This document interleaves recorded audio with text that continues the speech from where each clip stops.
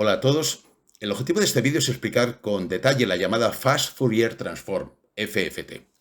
La FFT no es una norma transformada, es un algoritmo de cálculo rápido y eficiente de la DFT para obtener el espectro en frecuencia de una señal en tiempo discreto. Para ilustrar cómo funciona, se desarrolla un ejemplo para una FFT de 8 puntos o valores. Finalmente, con 3 ejemplos distintos de señales de tiempo discreto, discutiremos los resultados que nos ofrece este algoritmo. Comencemos por recordar la expresión matemática de la DFT y de la DFT inversa de una señal no periódica de tiempo discreto que vimos en un vídeo anterior.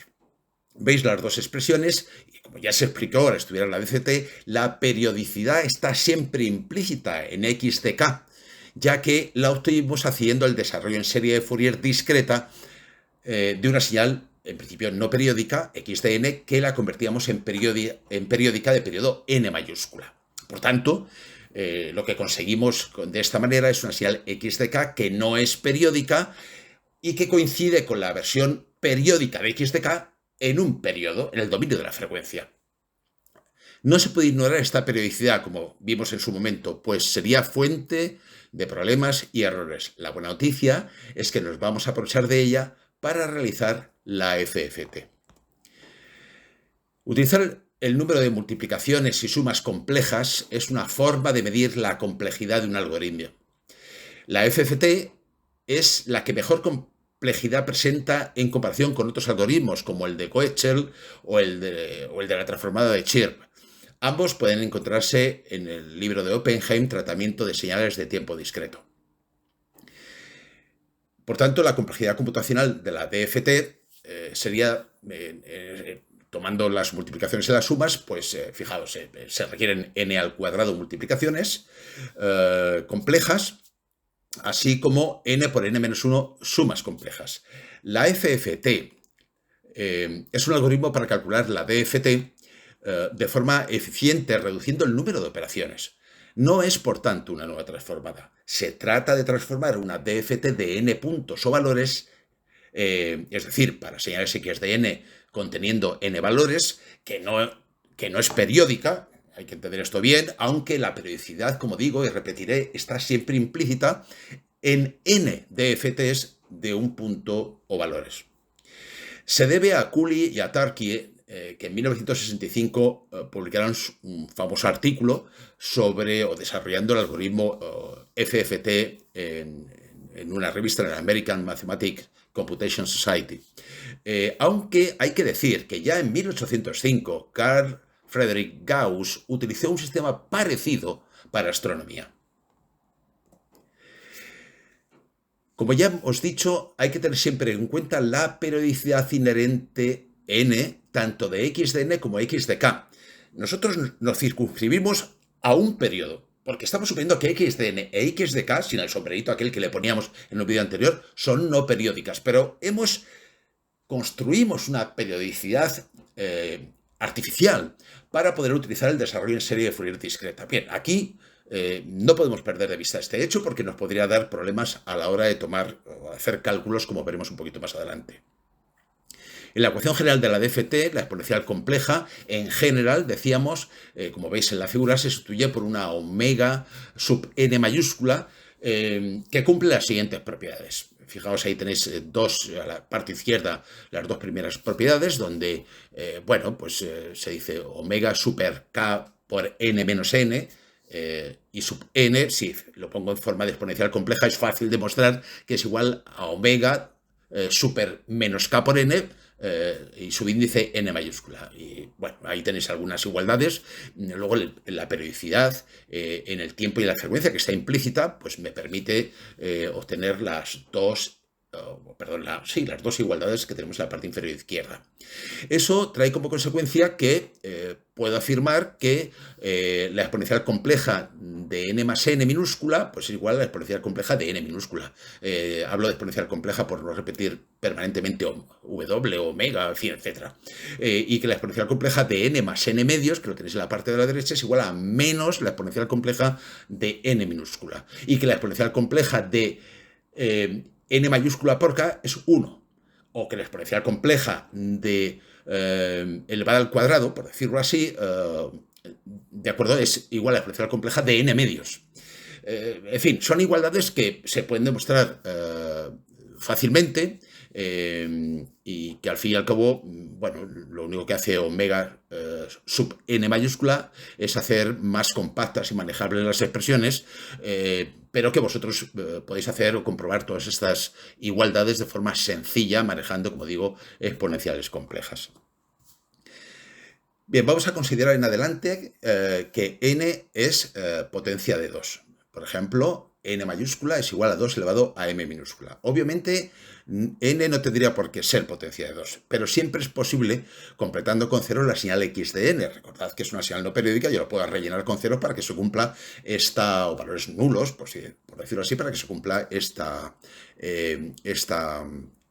dato de partida, de que vamos a considerar que n mayúscula es potencia de 2. Pues bien, lo que hace el algoritmo FFT lo primero es dividir esta secuencia de valores de x de n de longitud n mayúscula en dos subsecuencias de valor n medios. Por un lado, los pares y por otro lado, los impares. Fijaos, matemáticamente tenéis la primera ecuación, que dice que x de k es la DFT para n mayúscula, o en un periodo, si se quiere, lo podemos decir así, es el sumatorio entre 0 y n-1 de ese producto de x de n por la exponencial compleja que tenéis ahí. Y ese sumatorio lo vamos a dividir en dos, cuando n minúscula es par y cuando n minúscula es impar. De tal manera que la última ecuación, los términos pares van desde n igual 0 a n medios menos 1, igual que los impares, como veis el sumatorio, pero el índice de x de n es x de 2n, que son los pares. Mientras que los impares son x de 2n más 1 y la exponencial compleja también está elevada a 2n más 1, no a n. ¿De acuerdo? Porque son los números pares o los índices pares y los índices impares. Por tanto, y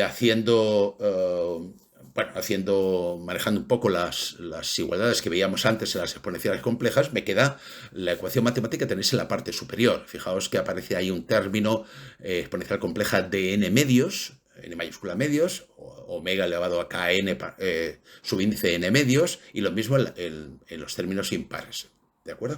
Aparece un producto más en los términos impares. Por eso, el número de multiplicaciones para los términos pares es n medios por n medios, obviamente. Mientras que en los términos impares es n medios por n medios más n, ese último producto que no está en los términos pares y que bueno, ha sido consecuencia de las equivalencias en las exponenciales complejas.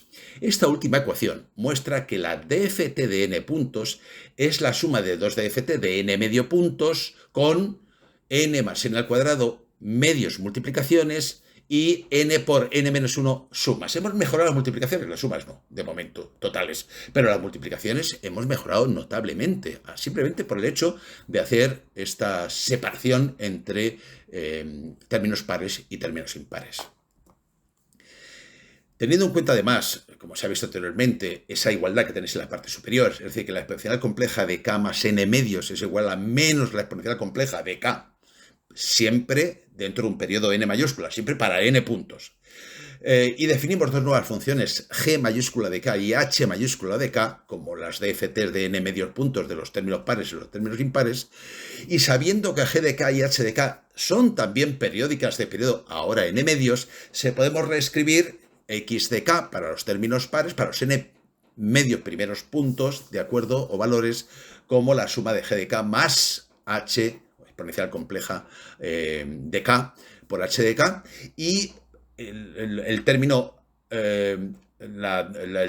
x de k más n medios, lo que tiene, fijaos, es decir, un periodo después, dentro del periodo de n medios, al haber dividido la función en n medio puntos, lo que aparece, fijaos, marcado en rojo es que son iguales, la única diferencia es el signo menos ahí. Los términos, por tanto, pares o impares, van a ser iguales, pero se diferencian en un signo. Esto es muy bueno para luego poder realizar un algoritmo eficiente y poder programar los algoritmos para la FFT analizando esas propiedades, claro, previamente.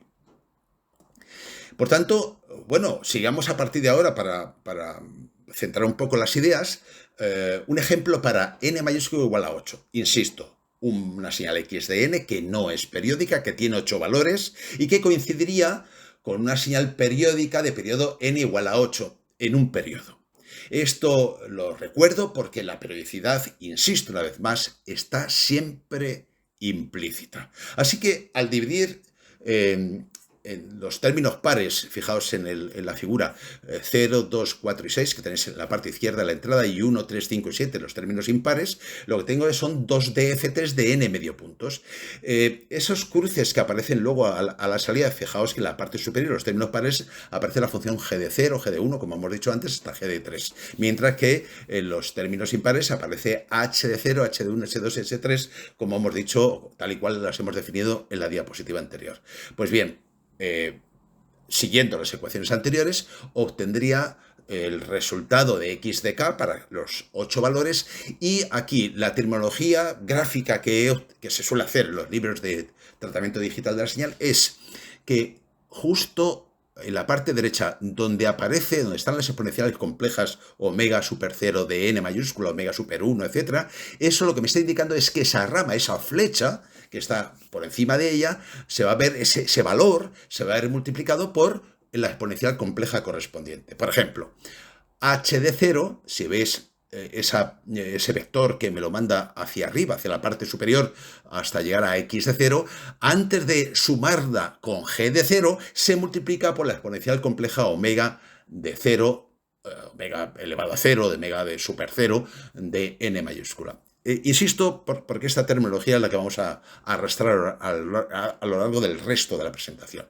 Y bueno, la confluencia de esa flecha, de h de 0 multiplicado por esa exponencial compleja, con g de 0, lo que me indica es una suma. ¿De acuerdo? Lo digo para que las figuras, esto es un clásico dentro del tratamiento digital de la señal, para que las figuras puedan ser fácilmente entendibles. Luego también podía aplicar una serie de equivalencias en esas exponenciales complejas para, por ejemplo, decir que la exponencial compleja elevado a 4, ¿de acuerdo? Omega super 4 de n, en realidad es igual a menos omega de 0 de n, igual a menos 1. Pero no lo pongo todavía, no voy a hacer la sustitución todavía hasta el final de las equivalencias y veréis qué sencillo queda. Bien. A su vez, cada DFT de n medio puntos se puede dividir en dos DFTs de n cuarto puntos. Para una DFT de n medio puntos, lo que se tiene es n más n medios al cuadrado más n medios al cuadrado multiplicaciones. Así, en los bloques los 4 bloques de la DFT de n cuarto puntos, el número de multiplicaciones sería, siguiendo este razonamiento, es n más n al cuadrado cuartos. Bien, esto es fácil de comprobar, pero digamos que gastaría mucho tiempo explicándolo de palabra. Os recomiendo que tengáis delante las expresiones que vais obteniendo y veis que es muy fácil llegar a esta conclusión o a este conteo de multiplicaciones. Este proceso de ir dividiendo por la mitad el número de puntos con los que voy a hacer la DFT se repite sucesivamente hasta llegar a una DFT de 2 puntos, que es muy sencilla, como veremos después. Si n es potencia de 2, como ya se dijo, y que no es obligatorio, el proceso requiere, y aquí viene una de las principales ventajas de todo esto, matemáticamente es muy sencillo, requiere logaritmo en base 2 de n etapas de descomposición. Fijaos, si n es igual a 8, lo que me está diciendo es que necesito 3 etapas de descomposición, 3 etapas de división por la mitad del número de puntos que estoy procesando, logaritmo en base 2 de 8. Como en cada etapa se realizan n multiplicaciones complejas, la complejidad total del algoritmo sería n por el logaritmo en base 2 de n. ¿De acuerdo? Esta sería, como veis, la complejidad en términos de multiplicaciones sería una simplificación, hemos pasado de n al cuadrado a n por el logaritmo en base 2 de n. Bien, pues voy a hacer esto, voy a dividir esos bloques de n cuartos. En la parte izquierda he puesto de nuevo equivalencias para ponerlo todo, ahí sí he puesto las equivalencias para ponerlo todo en función de n y no de n medios o de n cuartos, como veremos después. Lo digo porque es que si no sería un lío de términos, subíndices, etc. Entonces prefiero todo, aquí sí, tomar en cuenta las equivalencias que tienen marcadas en azul en la parte izquierda para que en el interior del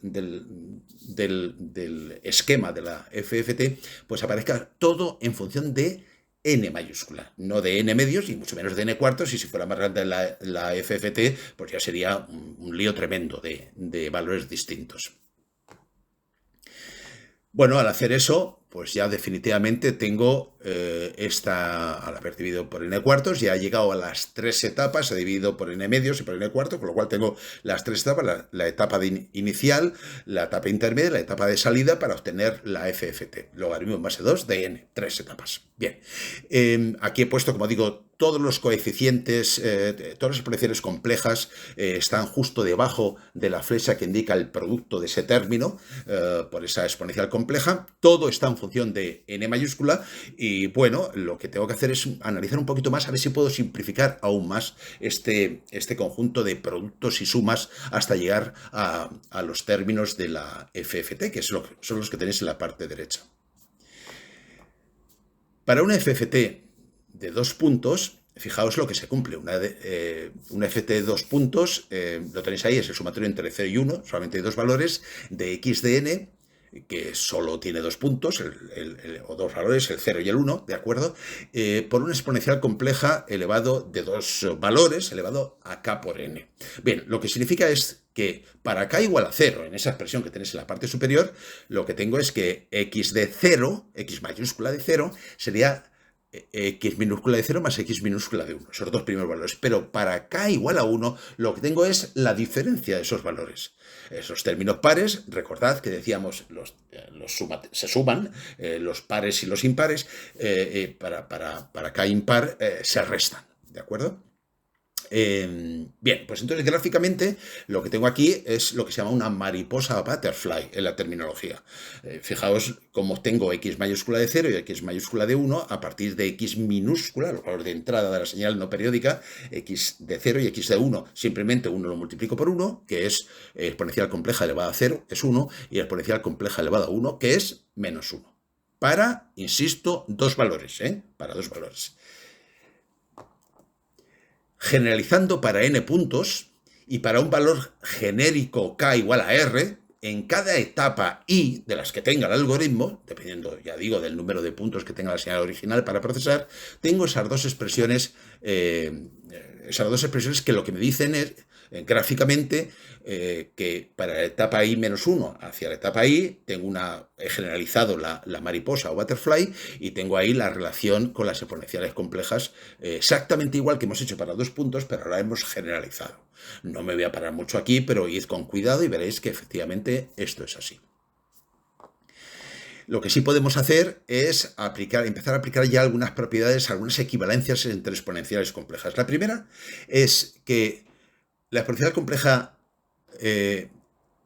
elevado a r más n mayúscula medios, de n puntos, claro, es menos la exponencial compleja elevado a r, o menos omega super r y sub n mayúscula. Y esto hace que tenga ahí claramente los términos pares, con ese más, sumando esos dos términos, y los términos impares restando. Y por esa razón, digamos que gráficamente ahora puedo poner la mariposa, sustituyendo al menos una de las exponenciales complejas por menos 1, para que aparezca ese signo menos que aparece en las ecuaciones. Bien, si sigo aplicando propiedades de las exponenciales complejas, lo que llego es, en cada bloque, solamente se realiza una multiplicación, como veis. Fijaos que en cada bloque solo hay una multiplicación, porque la otra es multiplicar por menos 1. Bueno, en fin, también es una multiplicación, pero es simplemente cambiar la fase del término. Y por tanto, se puede demostrar fácilmente que el número total de sumas también es n por logaritmo en base 2 de n, pero esto lo hemos sabido cuando hemos aplicado las propiedades de las exponenciales complejas, las equivalencias más bien. Y el número de multiplicaciones en este caso es n medios por logaritmo en base 2 de n, no n por logaritmo en base 2 de n, sino por el hecho de haber aplicado las equivalencias veo finalmente cuál es la complejidad algorítmica de la FFT. He hecho todas las sustituciones, he puesto cada exponencial compleja por su equivalente, algunas valen menos 1, otras no, y fijaos que ahora mismo ya ha quedado la FFT completa. No hay que olvidar que el número de etapas es logaritmo en base 2 de n, en este caso 3. Claramente tengo las butterflies en la parte izquierda, donde me llegan las entradas de la señal x de n, las butterflies de la parte central, segunda etapa, y las butterflies o mariposas de la parte de salida para obtener definitivamente la FFT, cada uno de los valores de la FFT. ¿De acuerdo? Bien.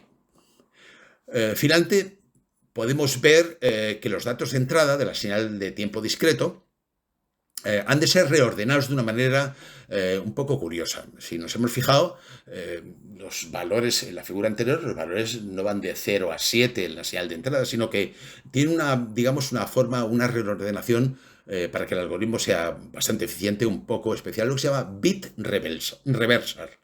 Bien, aquí os he puesto una tabla que es muy fácil reordenar los datos de entrada antes de aplicar las mariposas o la FFT, si vemos que el índice de los términos de la señal x de n, desde 0 a 7, estamos suponiendo, insisto, en que n mayúscula es igual a 8, y veo que n en binario tiene esos valores que tenéis en la tabla. Bien, al hacer el bit reversar, lo único que hacemos es cambiar el bit más significativo por el menos significativo. Y por tanto, lo primero que hago es introducir el valor x de 0, luego x de 4, que es lo que he obtenido al alterar el orden de esa representación en binario del índice, y así sucesivamente. Lo digo porque es una forma, se aparece en muchos libros, para que se tener en cuenta, y da igual el número de bits, digamos, el número de puntos que tenga, el número de valores que tenga la señal original. Digo esto porque, por ejemplo, si tuviera un número mayor de valores, no fuera 8, sino imaginemos que fueran 16, y por tanto necesito,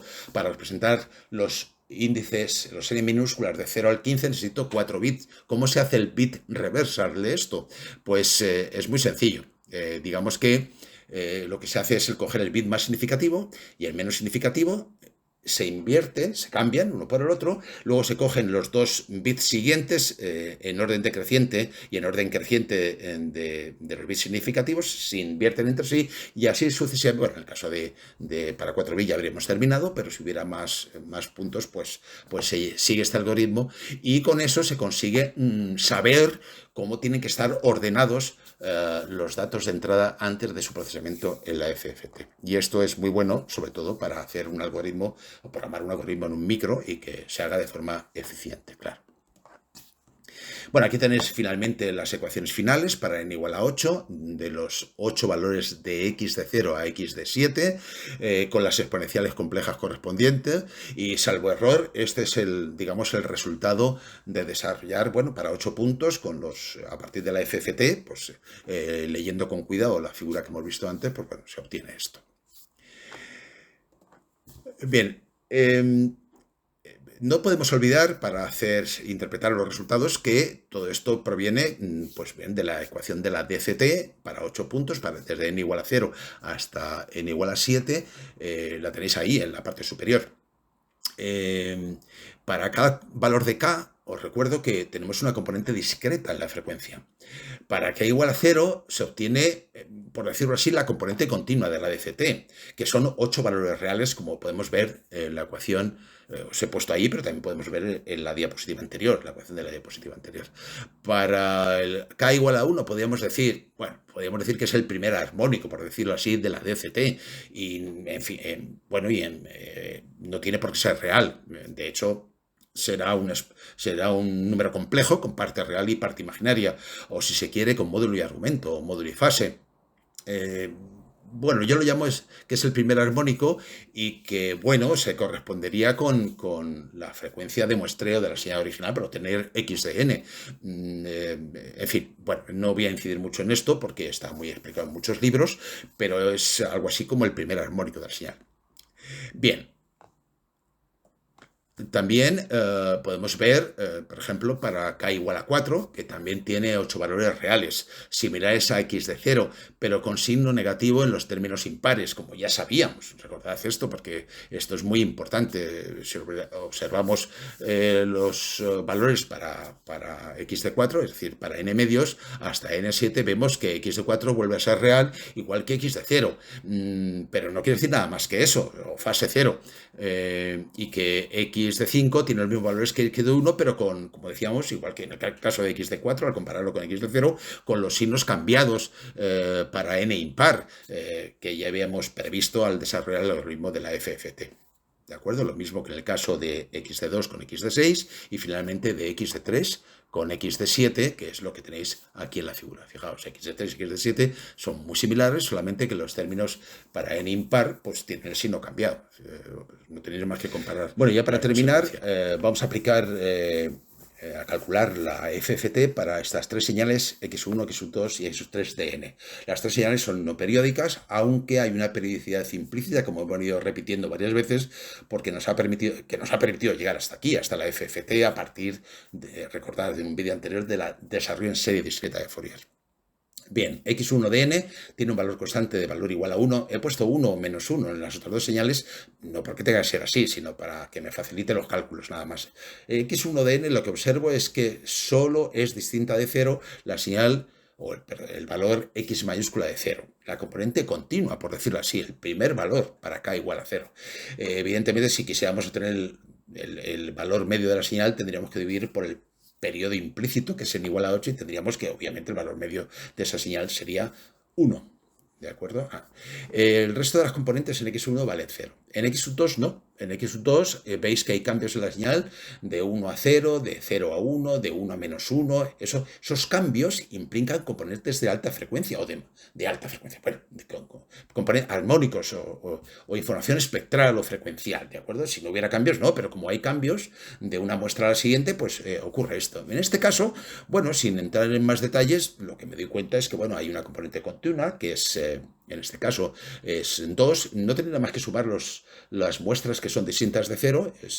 Fijaos, 3 valen 1, 1 vale menos 1, el resultado de la suma es 2, claro, es el valor, digamos, la componente continua. El resto, pues hay valores reales, en este caso son los términos impares de la FFT, los términos pares hay valores reales y valores imaginarios, con su exponencial compleja, como tenéis ahí, pero en definitiva, bueno, su representación, si queremos hacerlo bien, deberíamos de representar el módulo, ¿de acuerdo?, de todos estos, por un lado, de todos estos valores, para representar el módulo de FFT y luego la fase, digamos, en otra representación, como hacíamos hace mucho tiempo ya en muchos vídeos con los diagramas de Bode. Pero bueno, esto es para que veáis el resultado. Y luego tengo una señal x de 3 que también tiene algún cambio, pero menos que esta, y eso lo veo porque hay muchas componentes frecuenciales que son 0.